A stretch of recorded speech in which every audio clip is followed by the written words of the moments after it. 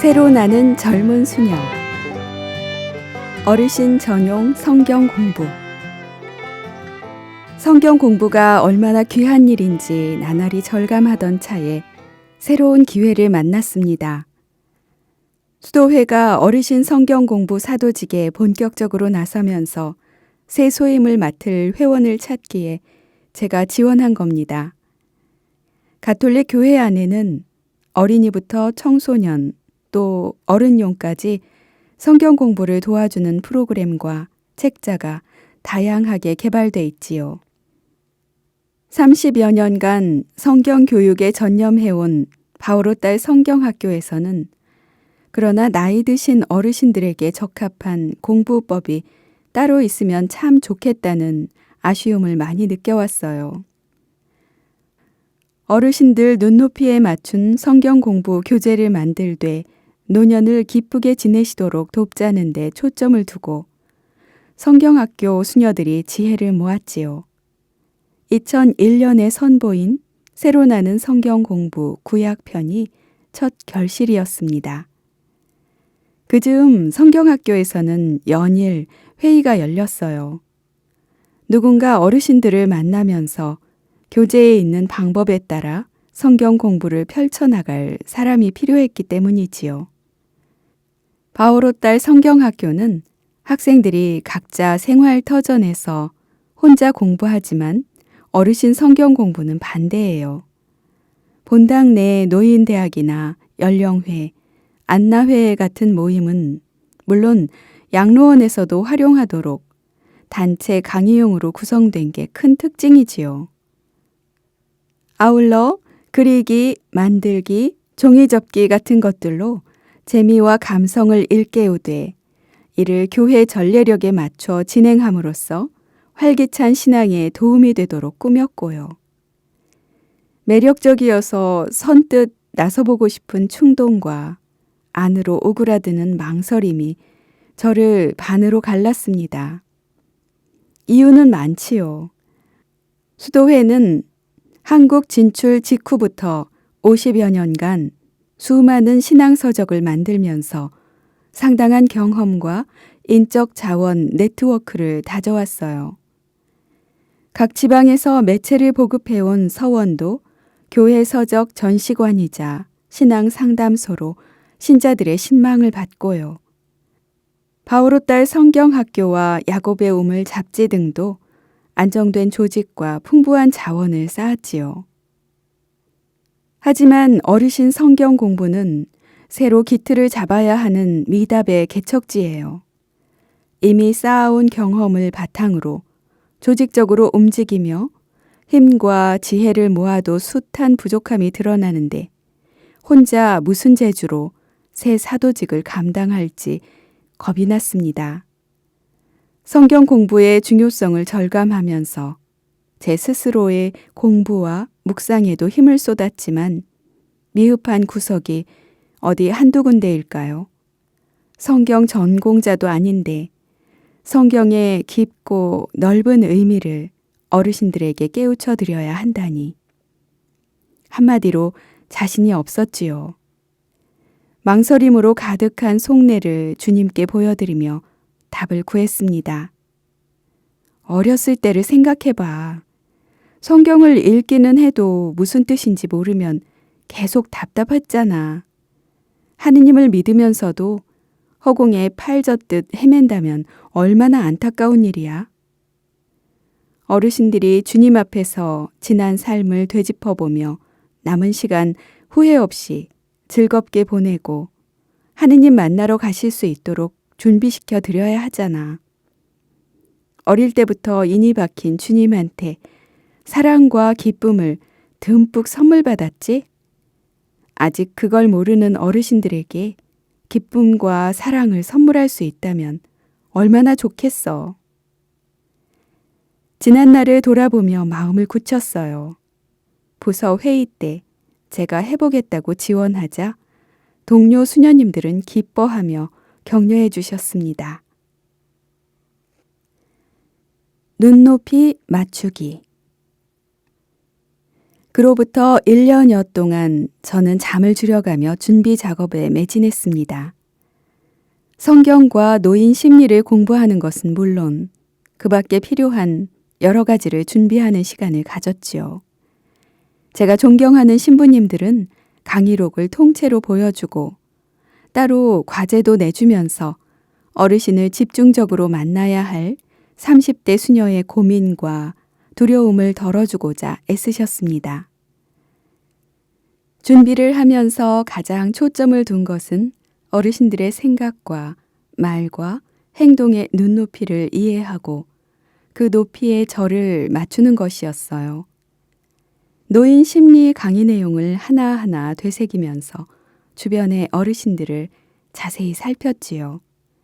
선배 수녀님은 물론이고 학교 다니는 동안 지하철과 버스에서 마주치는 어르신들, 가끔 만나는 어머니와 아버지도 관찰과 실험의 대상이었습니다. 수도원에서 저녁 식사를 마치고 나면 휴게실에 모여 하루의 긴장과 피로를 씻습니다. 함께 텔레비전 뉴스나 드라마를 보고 스포츠 중계가 있을 땐 응원의 함성도 지르지요. 회원들이 낮 동안 경험한 크고 작은 사건의 에피소드와 갓 태어난 따끈한 유머도 나누며 마음의 때를 지우는 시간입니다.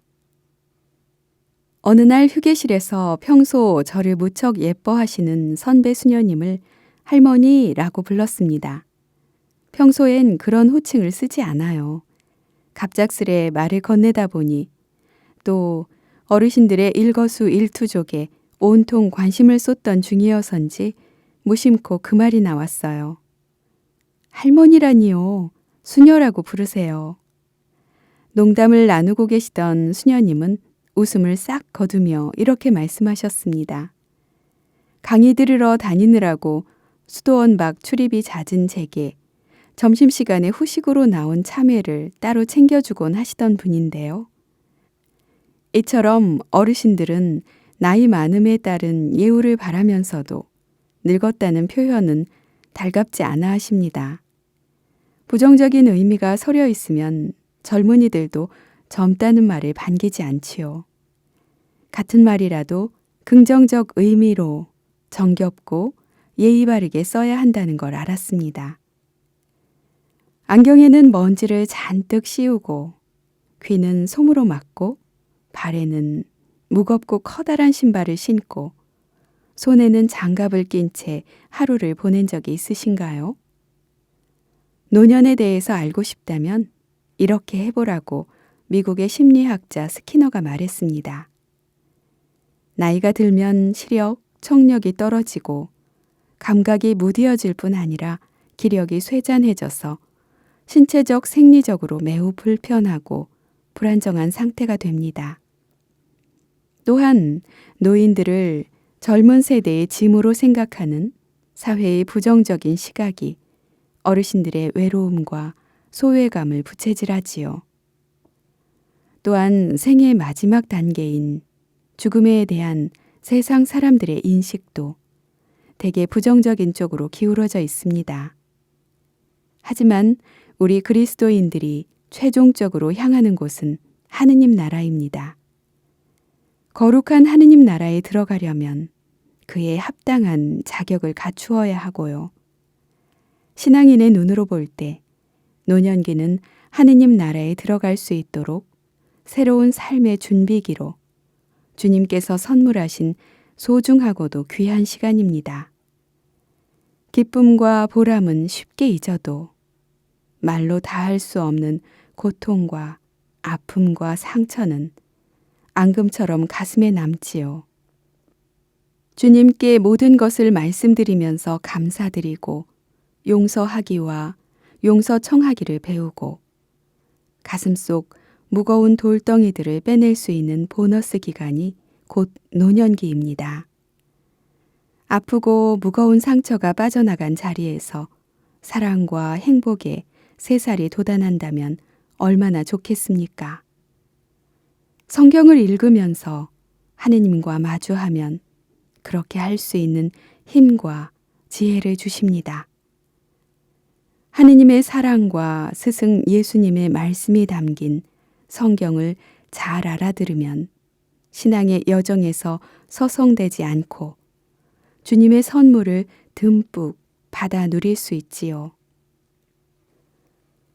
어르신들에 대한 공부를 해나갈수록 제 가슴도 뜨거워져 갔습니다. 무기력하게 흘려버리기에는 너무 귀하고 아까운 시간을 값지게 쓰실 수 있도록 정성을 다해 도와드려야겠다고 다짐 또 다짐했습니다. 2002년 초 2달여 남은 프로그램 시작을 앞두고 수업하기 연습에 들어갔어요.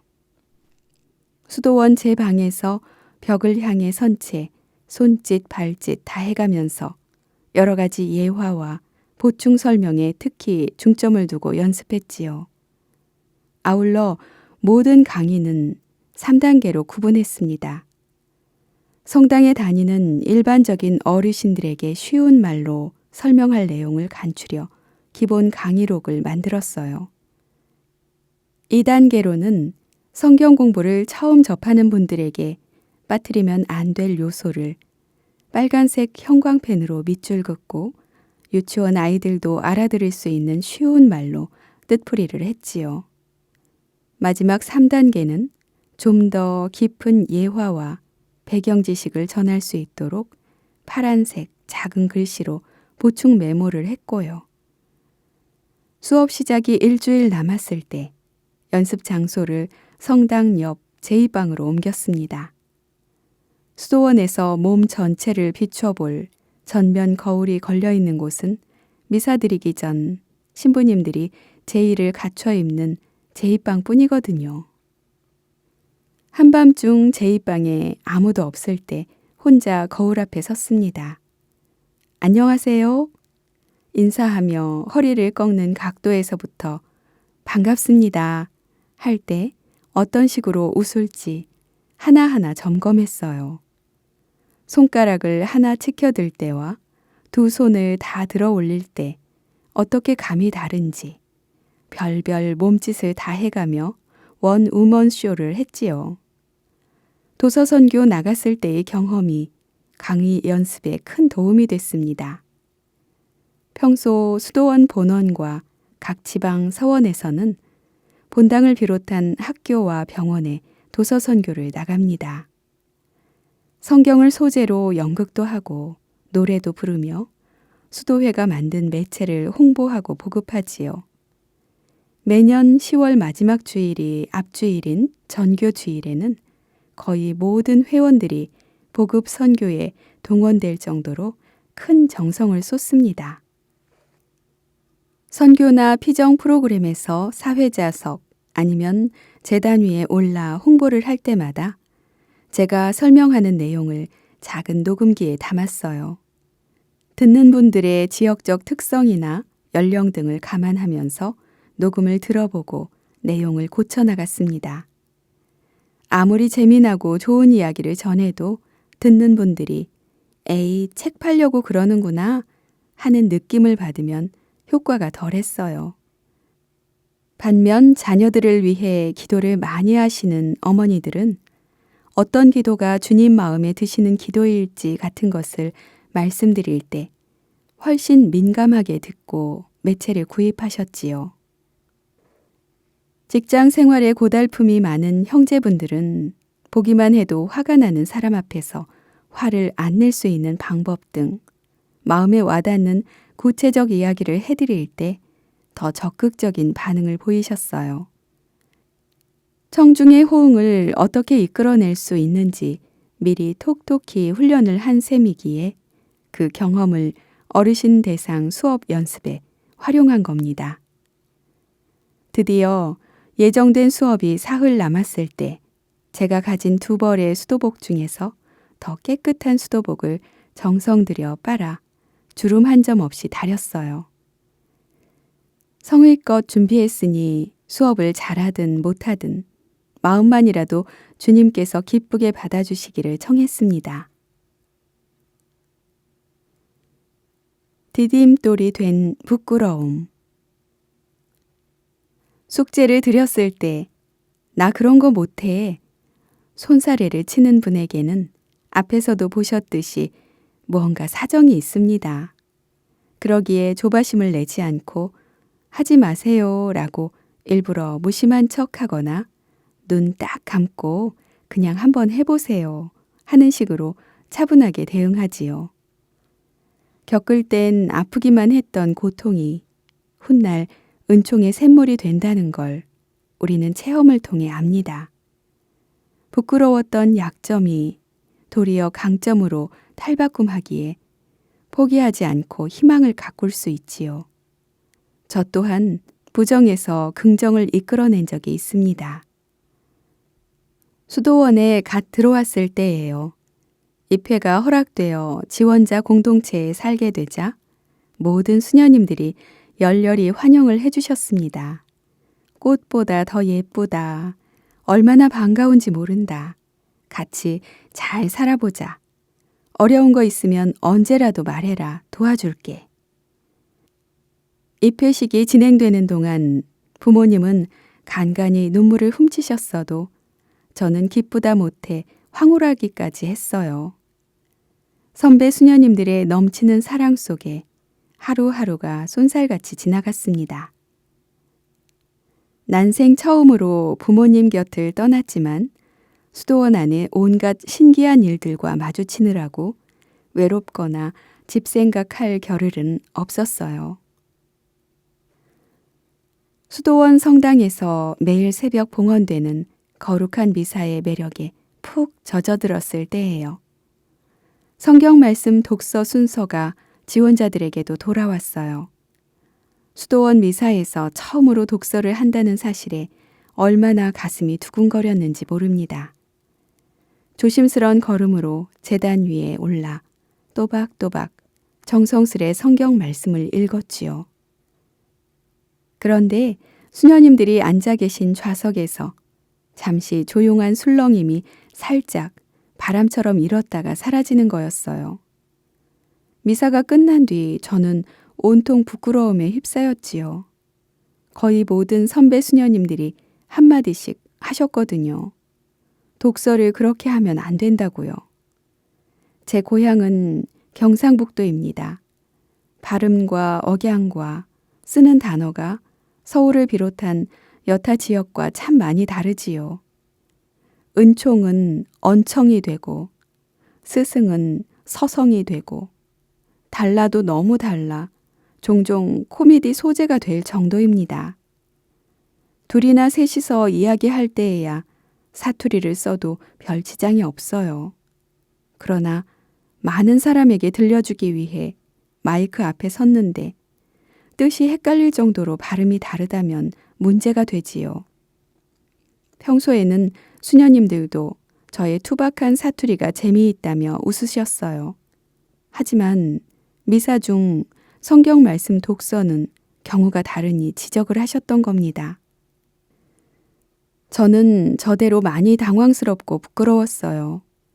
겉으로는 웃었지만 속으로는 울었습니다. 다시는 독서를 하지 않겠다며 회피할 정도로 충격이 컸어요. 그랬던 제가 많은 분들 앞에 서서 성경 수업을 하다니 이 또한 충격적이지요. 부끄러움을 딛고 일어서기까지 바로 그 부끄러움이 손을 잡고 일으켜 주었습니다. 책과 음반과 영상과 인터넷 같은 수단으로 하느님 사랑을 듬뿍 담은 매체를 만들고 그 사랑을 사람들에게 전파하는 것이 저희 수도회 사명이지요. 서로 소통하는 방법 중에 가장 기본적인 것이 말이고요. 만일 제가 많은 사람들 앞에 섰을 때 말을 할 수 없다면 성바오로 딸 수도회 수녀가 될 수 없으리라는 공포가 밀려왔어요. 사투리 독서 사건 이후 제 목소리는 기어들어가고 입맛도 떨어지고 매사에 잔뜩 긴장이 돼서 불안하기만 했습니다.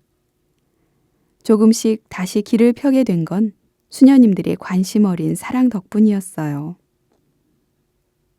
여가 시간이나 식탁에서 조그만 목소리로 무슨 말씀을 드리면 수녀님들은 혹시라도 제 말을 못 알아들을까봐 열심히 귀 기울여 들어주셨어요. 일부러 제 사투리를 흉내내 웃음바다를 만들며 긴장을 풀어주고 표준어도 가르쳐 주셨지요. 차츰 불안이 줄어들자 조금 긴 이야기도 편하게 할 수 있었어요. 특히 제가 아는 책이나 드라마 줄거리 또 우스갯소리를 나름대로 버무려 전하면 수녀님들이 귀여겨 듣고 재미있는 부분에선 하하호호 웃으셨지요. 그럴 때 사투리는 별 장애가 되지 않았어요. 아하, 두려움에서 벗어날 방법을 찾은 것 같았어요. 말도 중요하지만 이야기가 더 중요하구나. 비록 발음이 좀 이상해도 이야기가 들을만 하면 귀담아 듣는구나. 외부의 보급 선교를 나가 마이크 앞에 섰을 때 제가 한 말을 녹음기에 담아온 건 그 때문입니다. 제 몸의 살갗이나 다름없는 사투리와 억양을 다 고칠 수는 없을지라도 듣는 분이 귀 기울일 수 있는 말을 하고 싶어서요. 무엇을 전하는지가 발음보다 더 중요하기에 핵심적인 이야기를 찾아내고자 애를 썼는데 여기에 녹음 작업이 큰 보탬이 되었습니다. 사투리가 부끄러웠던 저는 사투리 덕분에 말할 때 무엇이 더 중요한지 깨우쳤지요. 저처럼 무언가 응어리나 두려움을 가진 분들도 전보다 더욱 민감하게 알아볼 수 있었습니다. 진솔한 배움. 샛노란 얼굴의 아브라함. 대개 각 본당에서 노인사목 프로그램의 하나로 운영하는 새로 나는 성경 공부에서는 학생 수와 봉사자가 몇 분인지에 따라 12에서 15명 정도로 반을 나눕니다. 교육 과정을 마친 봉사자들이 몇 개 반의 담임 선생님을 맡아 반장들과 함께 학생들을 통솔하지요. 같은 반에 속한 어르신들은 공부와 나눔을 같이 하면서 자연스레 각자의 건강 문제나 집안 대소사며 가족 사항 등을 알게 됩니다. 이는 서로 친밀한 관심을 기울이는 계기가 되어 연대감과 소속감을 높여주지요. 담임 선생님과 반장도 학생들 상황을 두루 살피면서 돈독한 유대 관계를 맺어갑니다. 각 과의 수업 내용을 학생들에게 전달하는 설명식 강의는 30분을 넘지 않습니다. 한 회의 수업 시간은 휴식과 율동 등을 포함해 약 90분이지요. 수업의 가장 마지막 순서는 색칠하기예요. 교재에 인쇄된 밑그림 위에 어르신들께서 손수, 색연필로 칠을 하면서 공부한 내용을 마음에 새기도록 하는 시간입니다. 어느 본당에서 구약 제6과 믿음의 조상 아브라함을 공부했어요. 하느님 말씀에 따라 정부쳐 살던 고향을 떠난 아브라함에게 하느님께서는 계약을 맺으시고 많은 민족의 조상이라는 뜻의 새 이름 아브라함을 주셨지요. 하느님은 나이 많은 그에게 아들을 주셨습니다만 뜻밖에도 그 귀한 아들을 번제물로 바치라고 하십니다. 아브라함이 이번에도 순종하자 하느님께서는 순양을 대신 번제물로 주시어 아들을 살려주셨지요. 아브라함은 이처럼 하느님께 대한 크나큰 신뢰와 순종으로 이스라엘의 아버지, 모든 민족의 아버지, 믿는 이들의 아버지가 되셨습니다. 수업 시간 중 어르신들께 몇 번씩 강조해 설명하는 내용이지요. 강의를 마치고 색칠하기를 시작한 지 얼마 지나지 않아 한 여학생 주변이 소란스러워졌어요. 그게 아니라니까. 그 새가 아니고 이거야. 고집도 참 세네. 내 말은 절대 안 듣는다니까. 강단 앞쪽에 있던 저는 무슨 일인가 싶어 옹성대는 곳을 살폈습니다. 근처에 있던 담임 선생님이 여학생 곁으로 다가갔지요. 잠시 후 선생님께서 제게 이리 와보라는 듯 손짓을 했습니다. 믿음의 조상 아브라함 과목의 색칠하기 밑그림은 나뭇가지가 쌓여있는 제단 위에 아브라함의 아들 이스하악이 앉아있는 모습으로 그려져 있어요. 이스하악은 고개를 돌려 등 뒤에 아버지를 바라보고 긴 수염의 아브라함은 아들 뒤에 숙연히 서 있고요. 이 밑그림 위에 색연필로 칠을 하면서 각자 묵상하는 것이 수업의 과정이지요.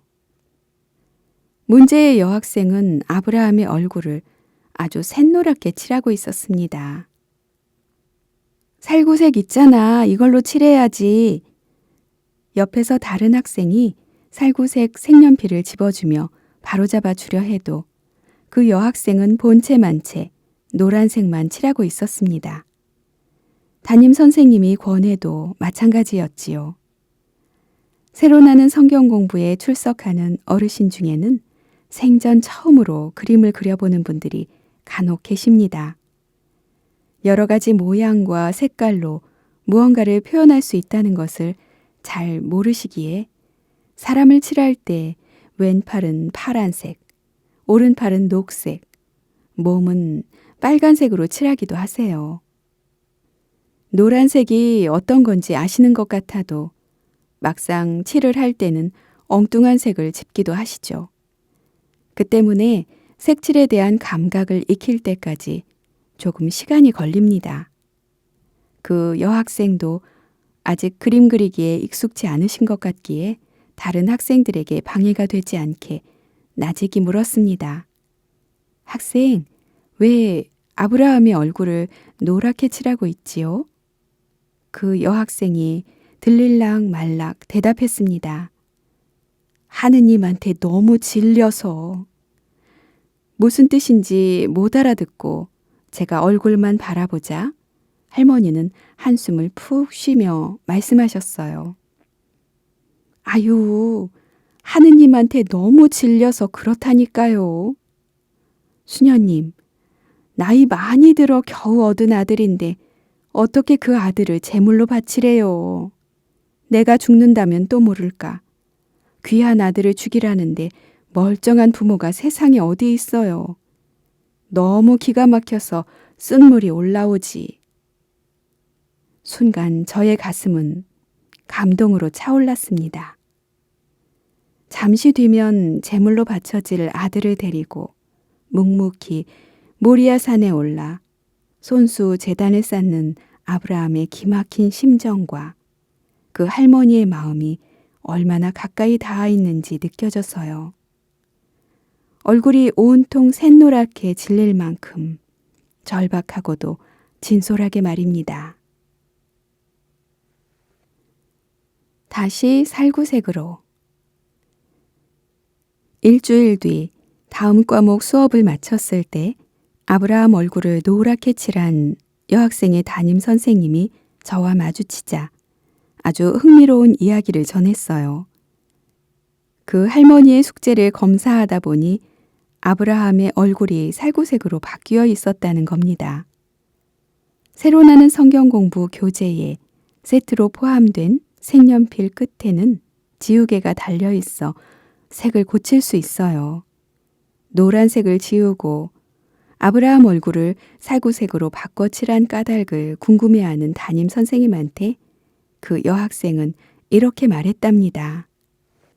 세상에 아들이 살았더라고요. 하느님이 살려주셨더라고요. 그래서 고쳤어요.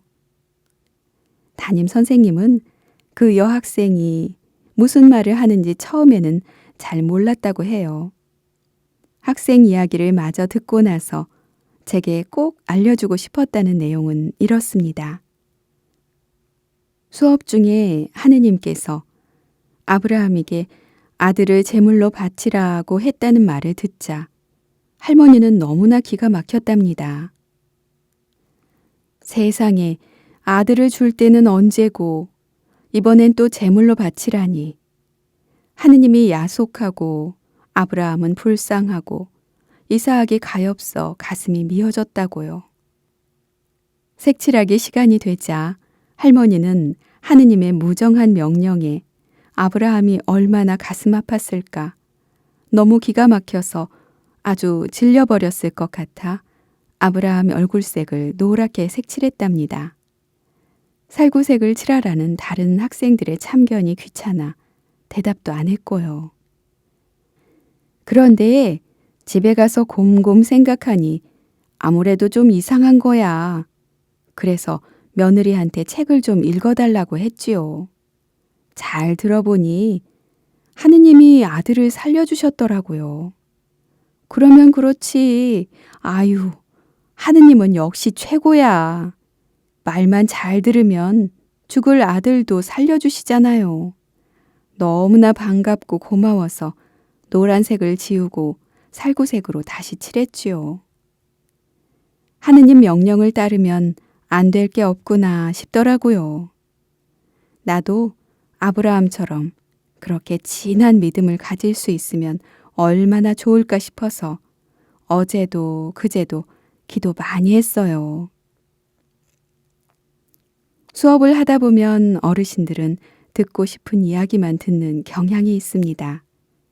되도록 쉬운 말로 조목조목 짚어가면서 전체의 흐름과 요점을 전하고자 애쓰지만 전체 내용은 제쳐두고 관심이 가는 곳에만 신경 쓰는 어르신들이 꽤 있지요.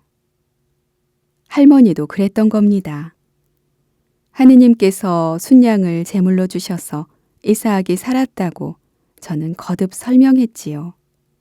하지만 아들을 제물로 바치라고 했다는 부분에서 충격을 받은 나머지 그 다음 이야기는 아예 못 들으신 거예요. 아마도 할머니는 글을 모르셨던가 봐요. 시어머니를 위해 며느님이 교재를 읽어준 덕분에 하느님을 끝까지 무정한 분으로 여기지 않게 되어 다행이지요. 하지만 수업 중에 잘 알아들었다면 그토록 심각하게 놀라지는 않았을 텐데 웃음이 절로 나는 소동에 잠시 머물던 저는 순간적으로 다른 본당에서 있었던 일이 떠올라 와! 외마디 소리를 질렀습니다. 열심히 강의록을 만들고 연습을 한 뒤 노모를 정성껏 모셔 효자로 소문난 신부님 본당에서 어르신 120여 명을 모시고 시험적인 수업에 나섰을 때예요. 애교 있게 인사드리고 박수와 노래로 레크레이션을 하며 처음 만나는 긴장과 서먹함을 던 뒤 본격 수업에 돌입했지요. 학생 여러분, 교재의 9페이지를 여시겠어요? 맨 위에 있는 글을 다 같이 한 목소리로 읽겠습니다. 준비되셨나요? 그럼 시작합니다. 한 처음에 하느님께서 하늘과 땅을 창조하셨다. 땅은 아직 꼴을 갖추지 못하고 낭랑하게 울려 퍼지는 어르신들 목소리를 들으며 저는 비로소 새로운 대단원이 열렸다는 감격에 젖었습니다. 다 같이 제1과 요약문을 읽은 뒤 1차적인 설명을 드리고 공부할 내용이 간추려져 있는 도움말 순서로 들어갔지요. 이야기식으로 중요한 점들을 추려놓은 도움말에는 설명할 내용이 좀 많아요. 저는 말하고 어르신들은 듣기만 하는 식으로 수업하면 지루해지기 쉽고 집중하기도 어렵지요. 목소리의 주인공을 바꾸기 위해 앞줄에 앉은 한 여학생에게 큰 소리로 도움말을 읽어달라고 부탁했습니다. 그러자 여학생은 깜짝 놀란 듯 웃음을 짓더니 책을 들어 얼굴을 감싸시네요. 부끄러워 그러시는 줄 알았는데 계속 얼굴을 가린 채 도리도리 고개만 흔드셨어요. 잠시 기다리던 저는 아차, 실수했구나 싶었습니다. 글을 모르는 학생이 있을 수 있다는 것을 머리로는 알았어도 몸으로는 미처 익히지 못한 것이지요. 저는 얼른 학생들을 향해 다 함께 소리 높여 읽자고 했습니다. 교실은 다시 어르신들의 낭독 소리로 가득 찼지요. 한 여학생에게 도움말을 읽어달라고 했다가 잠시 당황한 것을 제외하면 첫날 수업은 그런대로 잘 마무리됐습니다. 이후부터 눈치채이지 않도록 신경 쓰며 학생들 행동을 살폈어요. 혹시라도 글을 모르는 분에게 무안을 드리지 않으려고요.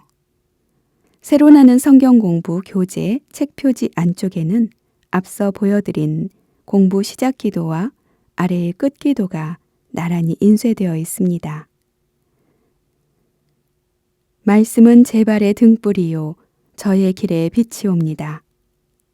주님, 저희가 성경을 생명의 말씀으로 믿고 기도하며 살고 선포하게 하시어 언제나 성령 안에서 평화와 기쁨을 누리게 하소서. 아멘.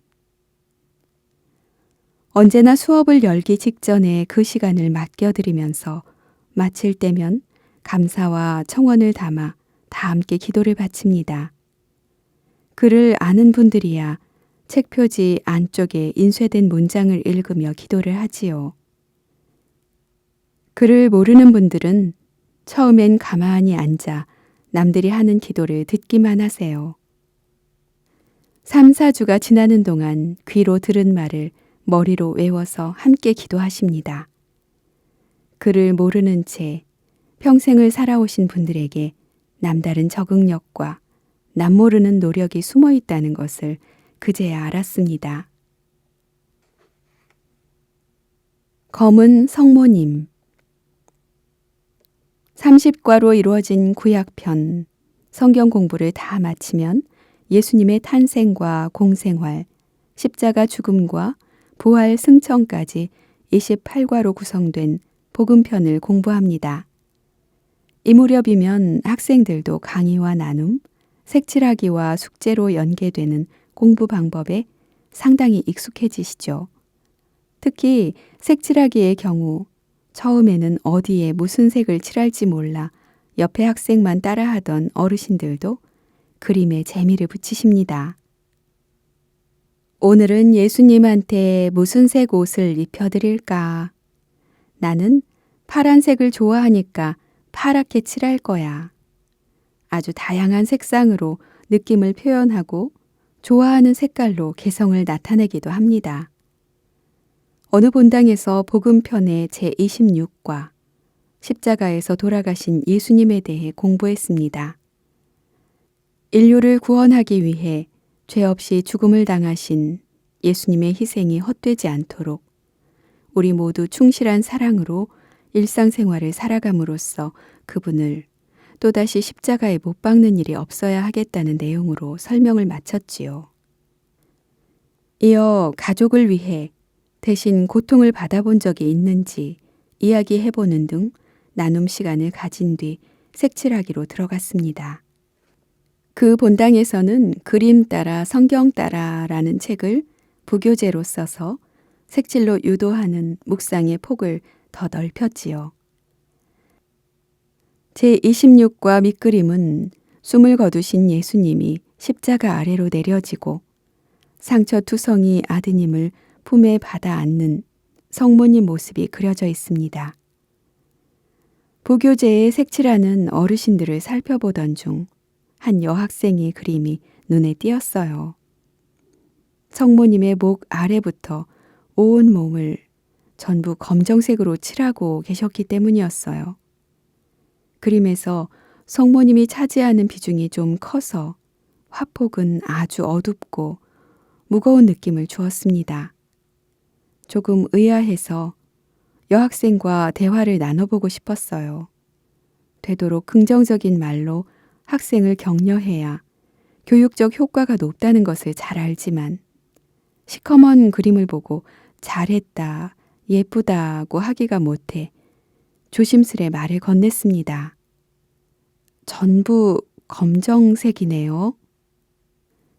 여학생은 힐끗 저를 쳐다보면서 네가 뭘 알아 하는 듯 심드렁한 눈길만 보내셨습니다. 예사롭지 않은 반응에 할머니 곁을 떠나지 않고 가만히 서 있었지요. 잠시 후 할머니가 말씀하셨습니다. 수녀, 아, 나 봤어? 제가 못 알아듣고 어리둥절해지자 다시 말씀하셨어요. 애기 낳아봤냐고. 아, 아니요. 그러니 뭘 알겠어. 저와 이야기할 때 어떤 어르신은 편하게 말을 놓으시는가 하면 어떤 분은 꼬박꼬박 존대를 하시죠. 대화하는 내용과 반응에만 마음을 쓰는 저에게는 아무 차이가 없습니다. 수녀, 생각해봐. 자식이 죽으면 부모 가슴은 타고 또 타들어가서 새카만 재가 되고 말아. 나는 알지, 성모님의 아픔을. 지금 얼마나 힘들고 가슴 아프실지 너무 잘 알아. 우리 큰아들이 교통사고로 먼저 갔거든. 손으로는 색연필로 성모님 몸을 검게 칠하고 입으로는 큰아들 이야기를 하시는 할머니의 눈가에 촉촉이 이슬이 맺혔습니다. 말없이 등을 어루만져 드렸어요. 자식을 잃은 애통함에 새카만 재가 되어버린 부모의 심정을 진한 검정색에 담아내시는 할머니에게 제 마음도 살며시 포겠습니다. 아브라함의 얼굴을 샛노랗게 칠한 할머니나 성모님을 온통 검정으로 물들인 할머니는 당신 삶의 체험으로 고통과 희생의 깊은 뜻을 알아들으셨습니다. 머리가 아닌 가슴으로 있는 그대로의 모습으로 주님께서 일깨우시고자 하는 바를 완벽하게 소화하신 겁니다. 어르신들의 진솔한 배움을 접할 때마다 저는 적잖이 반성했어요. 수도자가 되기까지 많은 시간을 들여 성경과 신학을 공부했고 수녀로 살아가면서 매일매일 바친 기도와 묵상도 상당했을 것입니다. 하지만 자식을 잃은 부모의 가슴으로 예수님의 주검을 안아드린 적은 없습니다. 머리에 든 이런저런 지식과 고상한 언변으로 사랑의 하느님, 용서와 자비의 하느님을 설파하지만 숨 쉴 수 없을 만큼 절박하고 애통한 어버이의 심정으로 주님의 죽음을 느껴보지는 못했습니다. 그를 모르면 모르는 대로 자식을 앞세우는 아픔을 겪었으면 또 그것대로 주님께서는 각 사람의 상황과 처지에 따라 있는 그대로 각자 알아들을 수 있는 방법으로 당신의 사랑과 은총을 일깨워 주시는 계시의 하느님임을 다시금 알 수 있었습니다.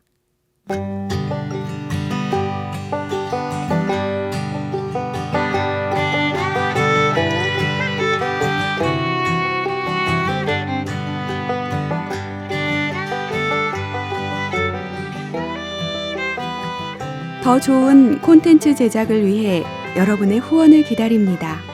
고맙습니다. 후원 문의는 더보기